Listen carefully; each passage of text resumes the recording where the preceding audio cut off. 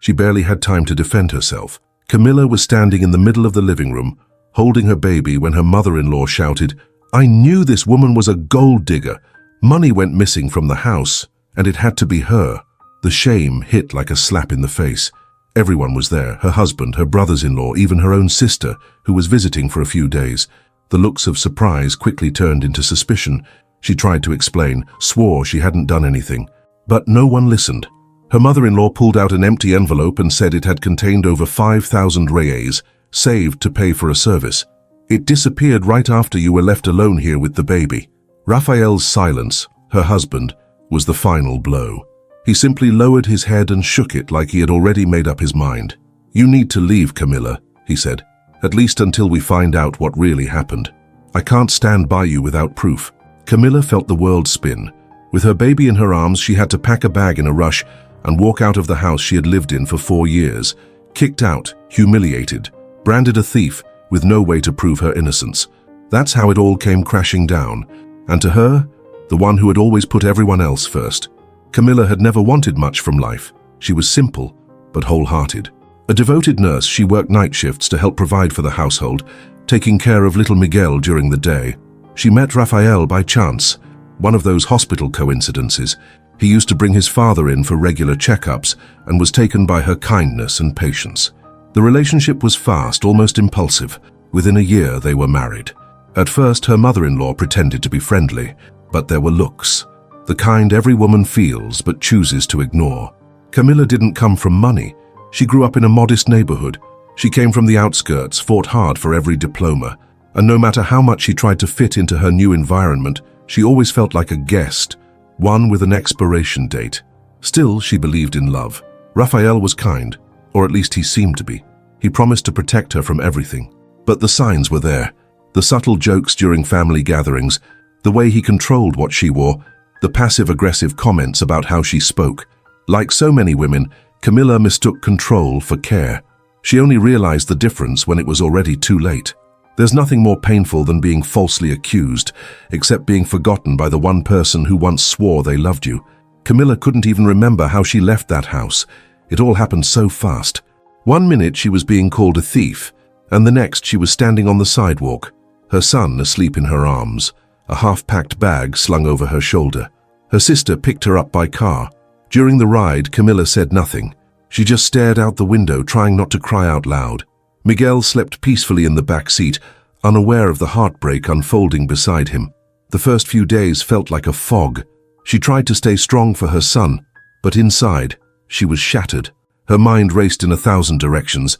Who could have done this? Why me? Why didn't anyone listen? At her sister's house, she slept on a thin mattress on the floor in her nephew's room. The sound of the TV, the kids running around, everything felt distant, as if she'd been unplugged from her own life, a spectator to the collapse of her world. She tried calling Rafael many times. At first, he didn't answer. Then he blocked her. His silence was the second betrayal. The first had been his cold, blank stare when she needed him the most, when all she wanted was for him to say, "I believe you." She had given so much, given up better shifts to manage their home, drifted away from her few friends to focus on his family, swallowed insults disguised as advice, all in the name of a love that now tossed her aside like unwanted trash. Her mother-in-law spread the story like wildfire. Within 2 days, Camilla could already feel the judgmental stares at the market, on WhatsApp, even from neighbors on her old street. She stole from her own family. A cruel, false line, but easy for people to believe. Camilla spent sleepless nights replaying every moment in that house, searching for any mistake she might have made. But there was none. She knew she hadn't done anything, and still, she was treated like she was guilty. One question haunted her more than anything else. If Rafael, the father of her child, the man who shared 4 years of life with her, didn't believe her, whoever would? The worst part wasn't the accusation, it was the loneliness. But in the corner of a wall forgotten for months, a tiny baby monitor camera had been recording the entire time, a silent witness to a truth no one had wanted to see. It happened by chance, a small detail that could have easily gone unnoticed, but didn't. Camilla was trying to get her life back in order, sorting documents, bills, her resume. She needed to stand back up somehow. Even without solid ground beneath her feet, she couldn't stop. One ordinary afternoon, her sister walked into the room holding an envelope. This was at the bottom of your backpack. I think you forgot it. Inside was an old, folded, slightly crumpled instruction manual, Wi-Fi baby cam 360 degree. It hit her like a spark. Camilla remembered the camera she had installed in Miguel's room months ago, back when he first started walking. In the chaos of daily life, she'd completely forgotten about it. The idea had been to keep an eye on him while he slept, but they had ended up leaving the camera on all the time, just in case. She grabbed her laptop and took a deep breath. Maybe the footage was still there. Maybe. After a few attempts, she managed to log into the camera system, thankfully still linked to her email. Her heart was racing. Her hands trembled. She began reviewing the footage, one video at a time, eyes locked to the screen. She fast-forwarded to the day of the accusation. Early afternoon. She walked out of the bedroom carrying Miguel. At that same moment, her mother-in-law entered the frame. Camilla frowned. Her? But she had claimed she only noticed the money was missing after Camilla was left alone in the house. The video kept playing. The mother-in-law walked into the room, opened a drawer, took the envelope, the same envelope she later presented as evidence, and quietly slipped it into her purse. Then, calm and collected, she closed everything and walked out. Camilla covered her mouth with her hand. The footage was clear. It was her mother-in-law, no question, and for the first time in weeks, her heart filled with something new. Not just relief. It was anger. It was justice, rushing through her veins. She wasn't crazy. She wasn't alone. She wasn't wrong. And now she had proof. Camilla stayed up all night, sitting in front of the laptop. The video paused at the exact moment her mother-in-law tucked the envelope into her bag. The image was crystal clear, impossible to deny. It wasn't just evidence, it was the truth coming back to hold her after leaving her in the dark for far too long. But she didn't run to show the footage. She didn't call Rafael. She didn't blast it on social media.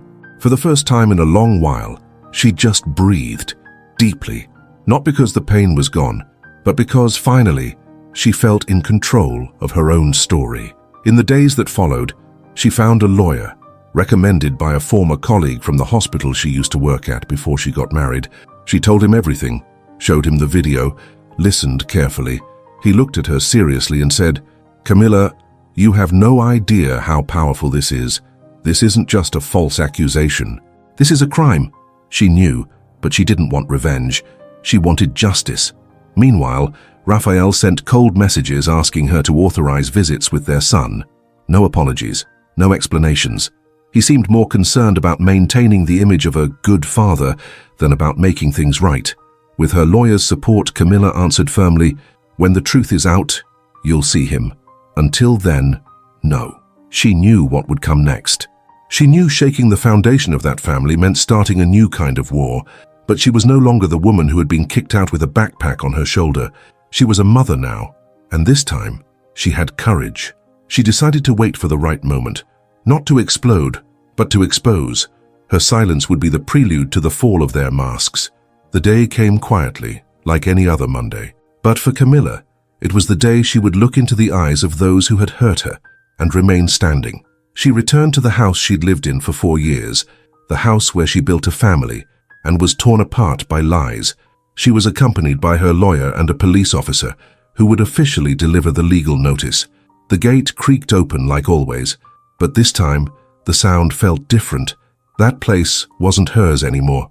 It was a scene of pain she was finally ready to leave behind, but not without setting the record straight.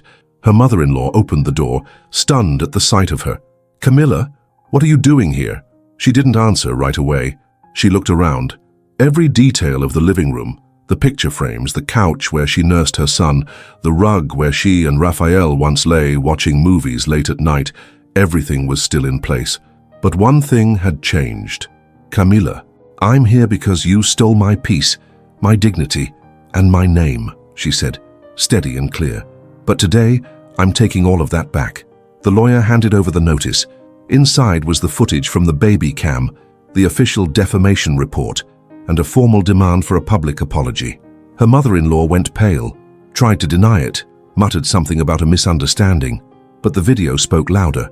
Rafael came out soon after, confused, trying to diffuse the tension. "Camilla, come on. We just wanted to understand what happened." She looked at him like he was a stranger.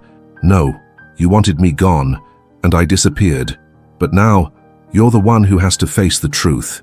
No one was arrested that day. That wasn't her goal. She didn't want to see anyone behind bars. She just wanted back what had been stolen from her, her honor. And in that moment, watching them stumble over their words with no real apology in sight, Camila realized the quiet kind of justice is the most powerful of all. After that day, Camila didn't cry anymore. Not because everything was perfect. There were still legal proceedings, rumors floating around, and whispers of doubt, but something inside her had shifted, and there was no going back. She returned to work, picking up her night shifts with her head held high. Her co-workers at the hospital hugged her. Some already knew the real story. Others were still piecing it together. But now things were different. She didn't need to explain herself anymore. Miguel was growing well, happy, curious, and even when she was exhausted, she found strength in every one of his smiles. She began studying in her free time, enrolling in an online course on hospital management. She knew she deserved more. She knew she could rise. And she knew she would never again rely on anyone emotionally to feel whole. Raphael's presence slowly faded. The messages stopped once he realized Camila wasn't backing down. He tried to play the victim, tried to get back together out of convenience, even went as far as saying his mother didn't mean any harm. But Camila didn't reply. She had learned the difference between forgiveness and coexistence. His family never issued a public apology, but the footage went viral after a local women's rights page shared the story. Hundreds of people commented in support, and many others shared their own similar experiences. Camila hadn't asked for that, but it felt like the world whispering, "You're not alone," and her sister, the one who took her in without a single question, remained her greatest ally. A reminder that real family is who stays when everyone else turns their back. Deep down, Camila knew. All the pain she went through was the push she needed to leave a place where she was never truly valued. Now she was rebuilding, at her own pace, with her own hands, and no one, ever again, would have the power to bring her down. Months passed. Camila's life found a new rhythm, slower, steadier, truly hers. But as with any true story of rebirth, the past always finds a way to knock on the door. It happened on a Saturday morning, while she was folding Miguel's clothes. The intercom buzzed. On the screen, Raphael, thinner, worn out, his eyes a mix of regret and desperation. She considered not answering, but something inside her wanted to look him in the eye, not to see him, but to see how much she had changed. She went downstairs, opened the gate slowly. "Camila, I needed to see you," he began, barely above a whisper. "I know I ruined everything. I made a mistake, but I swear," she raised her hand. She didn't want apologies. She didn't want excuses. "You didn't lose me when you believed your mother's lie. You lost me when you stayed silent, when you let me walk out with our son in my arms like I was some kind of criminal." He looked down. "You have no idea how much I regret it," he said. "I think about it every single day. I just wanted, maybe, a second chance." Camila took a deep breath. Her voice was steady.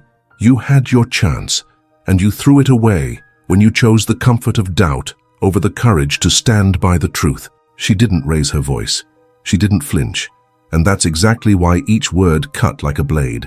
"Today, I know my worth. And because of that, I don't accept scraps anymore. Not of love, not of respect." He stayed silent, tried to smile, but it was a small, defeated smile.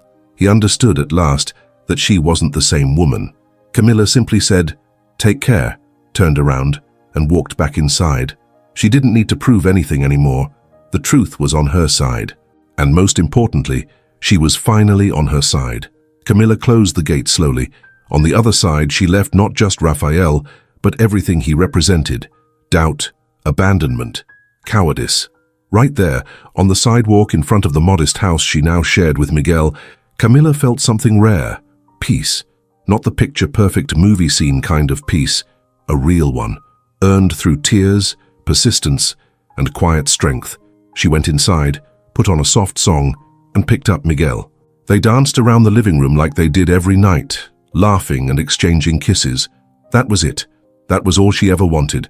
Not luxury, not approval, just to be herself, freely, with dignity and real love.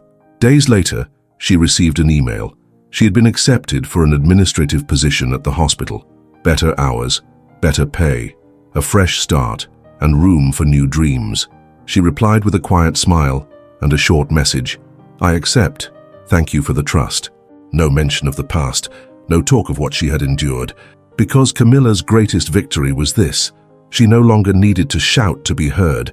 Her strength now lived in silence, mature, unwavering, present in every choice, every step, every no said with calm certainty. And even if no one saw it, she knew she had won. Some women don't scream. They disappear. They cry in silence, rewrite their futures in the dark, rebuild themselves without an audience. And when they return, it's not to ask for space, it's to claim what was always theirs by right. Camilla learned she didn't need acceptance from those who couldn't recognize the value of a loyal heart. And sometimes it's pain that pulls out the courage comfort had kept hidden. Today she's no victim. She's a woman who was dismissed, abandoned and wounded, and still chose to be light, because dignity, once reclaimed, never leaves again.